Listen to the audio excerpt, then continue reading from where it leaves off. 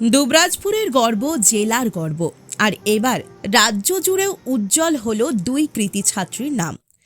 বিদ্যালয়ের নাম আরও এক ধাপ উঁচুতে তুলে ধরেছে শর্মিষ্ঠা গড়াই ও দিশা ঘোষ। সেই সাফল্যের আনন্দেই বিদ্যালয়ের পক্ষ থেকে আয়োজিত হলো এক বিশেষ সংবর্ধনা অনুষ্ঠান। বীরভূমের দুবরাজপুরের দুই মেধাবী ছাত্রী এবার মাধ্যমিকের মেধা তালিকায় নিজেদের জায়গা করে নিয়ে নজর কেড়েছে গোটা রাজ্যের। 2025 সালের মাধ্যমিক পরীক্ষায় রাজ্যে নবম স্থান অধিকার করেছিলেন দুবরাজপুর শ্রী শ্রী শারদেশ্বরী বিদ্যামন্দির ফর গার্লসের ছাত্রী দিশা ঘোষ। তার প্রাপ্ত নম্বর ছিল 687।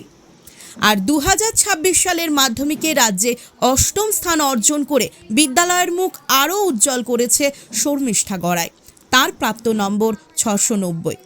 সোমবার বিদ্যালয় প্রাঙ্গণে এক গর্বের, এক আবেগের মুহূর্তের সাক্ষী থাকলেন শিক্ষক, শিক্ষিকা, অভিভাবক থেকে শুরু করে বর্তমান ছাত্রীরাও। কৃতী দুই ছাত্রীকে ফুল, উত্তরীয় ও স্মারক দিয়ে সংবর্ধনা জানানো হয় বিদ্যালয়ের পক্ষ থেকে। অনুষ্ঠানে উপস্থিত ছিলেন দুবরাজপুরের বিধায়ক অনুপ সাহা, দুবরাজপুর শ্রী শ্রী রামকৃষ্ণ আশ্রমের শীর্ষ সেবক স্বামী সত্য শিবানন্দ মহারাজ, বিদ্যালয়ের প্রধান শিক্ষিকা মিনি সাহা সহ বিদ্যালয়ের অন্যান্য শিক্ষিকা, অবসরপ্রাপ্ত শিক্ষিকা, অভিভাবক এবং বিদ্যালয়ের ছাত্রীরা।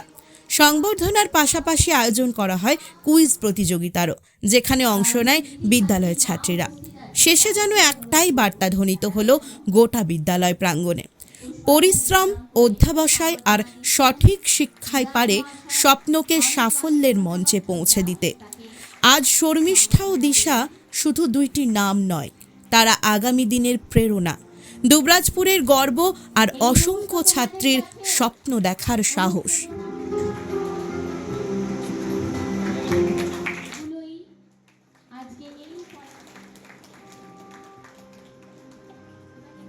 দেখুন, আজকের দিনটা তো খুব গর্বের দিন, কিন্তু এই দিনটার জন্য আমাদের অনেক দিন অপেক্ষা করতে হয়েছে। কারণ বিগত বছরগুলোতে আমাদের ছাত্রীরা খুবই ভালো তাদের রেজাল্ট করেছে, হয়তো 1-2 নম্বরের জন্য এই মেধা তালিকায় ঢুকতে পারেনি। আমরা খুব ধৈর্য সহকারে সেই জায়গাটা বারবার বারবার আমরা ভেবে এসেছি কেন পাচ্ছে না, বা দিদিমণিদের সঙ্গে আমাদের স্টুডেন্টদের যে একটা সম্পর্ক, তো বিগত বছরেও সেই জায়গায় আমরা সফল হয়েছি, এবছরেও হয়েছি। এবং এত আনন্দের মাঝেও আরেকটি সামান্য একটা জায়গা আমাদের রয়ে গেছে। আরেকটি ছাত্রী আমাদের মাত্র 1 নম্বরের জন্য 10ম স্থানে আসতে পারেনি। যদিও ওর ইংরেজি বিষয়ে নাম্বারটাই ও অসন্তোষ প্রকাশ করেছে এবং সেটি স্ক্রুটিনি করেছে। আশা করছি যদি স্ক্রুটিনিতে ওর নাম্বারটা বাড়ে, তাহলে অন্তত সে আবার 10ম স্থান, অর্থাৎ এবছরে আমাদের 2 জন ছাত্রী হয়তোবা প্রথম 10-এ আসতে পারে।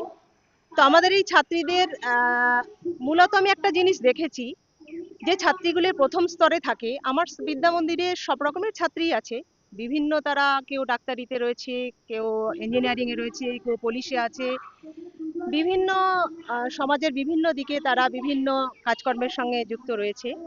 মূলত যেটা দেখেছি, যে ছাত্রীরাই প্রথম 10-এ এসেছে, তাদের শুধুমাত্র মেধা নয়, তার সঙ্গে কঠিন অধ্যবসায় এবং আরেকটা জিনিস দেখেছি, নিয়মিত তাদের বিদ্যালয়ে আসা এবং শিক্ষিকাদের, বড়দের সাংঘাতিকতমভাবে তারা শ্রদ্ধা এবং সম্মান করে। এই জায়গাটা, এখান থেকেই আরেকটা জিনিস মনে হয়েছে, যে মেধা তালিকায় স্থান শুধু মেধার ভিত্তিতে নয়, সেখানে অধ্যবসায় এবং শিক্ষিকাদের প্রতি তাদের যে আচরণ, সবগুলো মিলেমিশে একটা চূড়ান্ত জায়গায় তারা আজকে এসেছে। कुछ इमोशंस रोशन कर देते हैं सब कुछ। रोमांस के स्पार्क्स वार्म मोमेंट से भरे हुए आग की तरह, bold, alive, unforgettable. Senco, elements of love.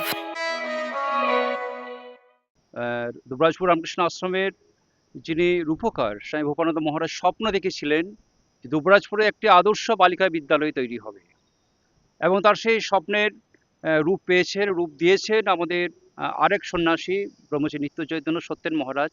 তিনি বিদ্যালয়টিকে তিলে তুলে তৈরি করেছেন। বর্তমানে আমি দায়িত্বে রয়েছি, রামকৃষ্ণ আশ্রমের দায়িত্বে রয়েছি এবং বিদ্যাপীঠের সম্পাদকের দায়িত্বে রয়েছি। আমি খুব আনন্দিত এবং গর্বিত যে এখানকার একটা টিম, টোটাল বিদ্যাপীঠের যে বিদ্যা মন্দিরের যে শিক্ষিকারা রয়েছেন, না, এখানকার যারা অভিভাবক রয়েছেন, ম্যানেজমেন্ট রয়েছেন, একটা টিম কাজ করছে বিদ্যাপীঠকে কি করে আরো সুন্দর করা যায়, বিদ্যামন্দির আরো কি করে সুন্দর করা যায়, আরো ডেভেলপ করা যায়। আমাদের এখানে শিক্ষিকার অভাব রয়েছে, প্রচুর পোস্ট খালি রয়েছে, রিটায়ার করার পরে আমরা টিচার পাইনি বিগত 1 বছর ধরে।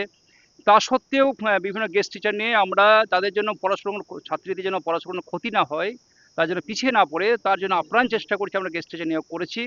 এবং এখানে যারা শিক্ষিকা রয়েছেন তারা আপ্রাণ চেষ্টা করেছে আমাদের যে রেজাল্টের ধারাবাহিকতা যেটি বড়দি বললেন, সেই ধারাবাহিকতা যেন বজায় থাকে, আগামী দিনেও আমাদের ছেলেমেয়েরা যেন আরও উত্তরোত্তর ভালো রেজাল্ট করতে পারে। বিদ্যাপীঠের অন্যান্য কিছু সমস্যা রয়েছে যেগুলো আজকে বিধায়ক মহাশয়ের কাছে আমি তুলে ধরলাম। তিনি আমাদের আশ্বস্ত করেছেন যে বিদ্যাপীঠে যা সমস্যা আছে আমরা বিদ্যা মন্দিরের আমরা ধীরে ধীরে সেগুলো সমাধান করার চেষ্টা করব। এবং এই স্কুল খুবই আমাদের গর্বের, যেখানে এই ধরনের ছাত্রীরা তৈরি হয়েছে, যেখানে আমাদের রাজ্যে স্থান পাচ্ছে এবং আমাদের এই দুবরাজপুরের নাম উজ্জ্বল করছে। আমরা চাইবো আগামী দিনে স্কুল থেকে আরো এরকম ছাত্রীরা তারা নিজেরা নিজেদের প্রতিভায় আরো অনেক বড় জায়গায় পৌঁছাক, আমাদের সমাজের দায়িত্ব নেক, সমাজ গড়ার ক্ষেত্রে এই ছাত্রছাত্রীরাই আগামী দিনে তারা ভবিষ্যৎ হবে। এবং আমাদের যে বর্তমান সরকার তাদেরকে শুভেচ্ছা জানিয়েছে, তাই সরকারের পক্ষ থেকে স্থানীয় বিধায়ক হয়ে প্রত্যেকের প্রতি আমরা শুভেচ্ছা এবং শুভকামনা জানালাম।